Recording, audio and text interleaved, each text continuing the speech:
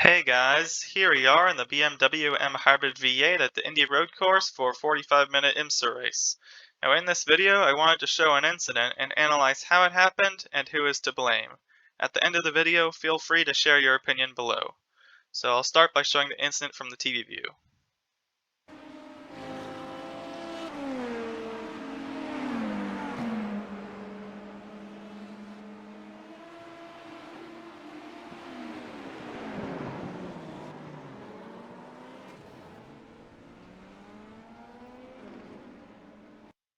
So as we just rewatched that TV view angle, I'll just analyze or quickly break down what I think is pretty clear as what happened.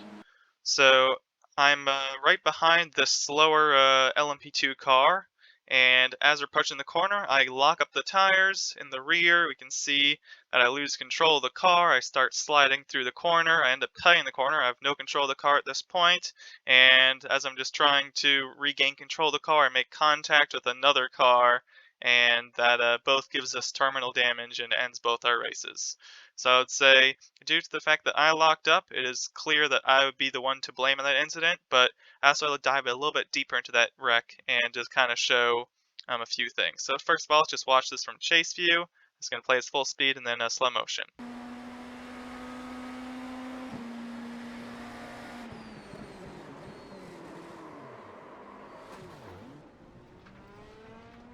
So as we watch this replay from chase view, I think we can get a little more insight into what happened. So as we go a bit further back here, we can see that as we go down the straight, we have another GTP car overtaking an LMP2 car, slower car, and we want to do the same thing as we approach this corner.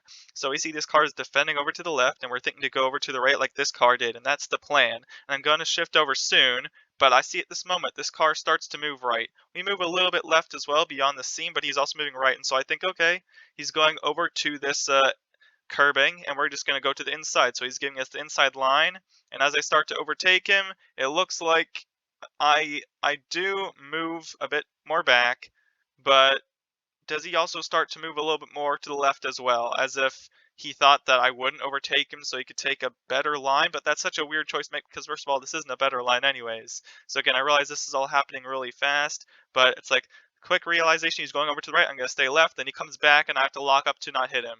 That's kind of what happens in real speed. And the thing is, when you have to make this reaction real fast, you see I lock up to avoid hitting him, hit the tires, hit the brakes real hard, and when you lock the tires, you just have no control of the car. So it was either my choice to just, I don't know, realize probably move over to the right, but then I probably would have hit him over there, given the fact that I thought he was going over to the right, or just hit him and not lock up the tires and then not spin. So let's watch this from his chase view. That way we can get a better idea of like the line he's taking.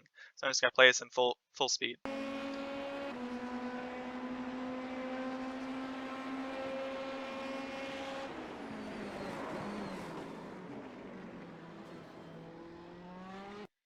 So what I think really happened here is as we're going down the straight, this guy was probably thinking about this car more than anything.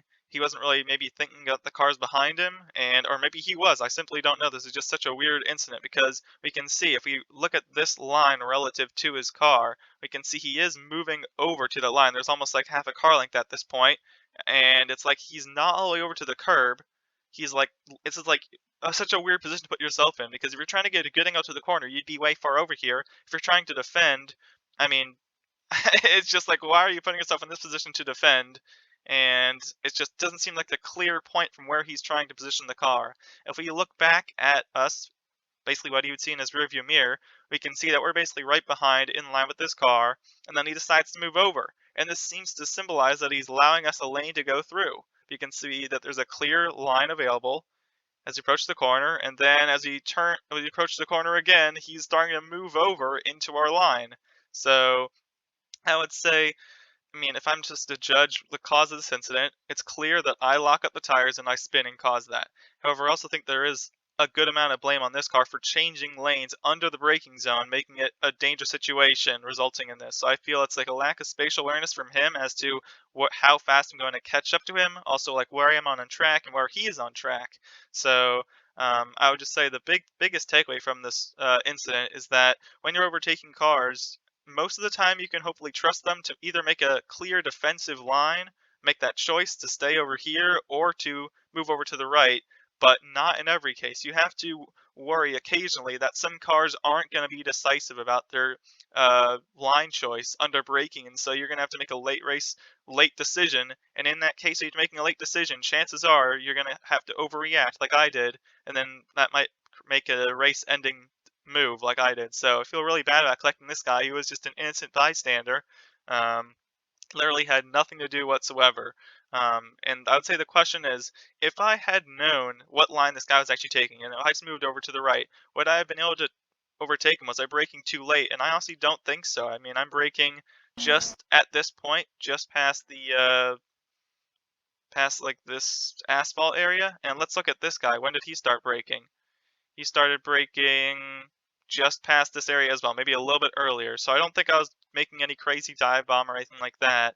But I think it's a combination of me locking up due to the fact I couldn't tell where this guy was going, and also the fact that this guy was making an unclear blind choice. So overall, well, I think a lot of the blame is to be on me just for locking up and wrecking another car. I think it also should be on him, and it's arguably a racing incident in general. So let me know your thoughts, comments below, and just be cautious with this car in general, and not just about incidents like this, but if there is any time where you think you overshot a corner and you lock up to try to make it, chances are you're not going to make the corner, but you're going to end up spinning out and possibly ending your race. So just try to be conservative on those corner entries, whether or not there's a car there, or whether or not there's a car there. Just try to avoid getting a full break in a corner. So yeah, thanks for watching. That's just about it.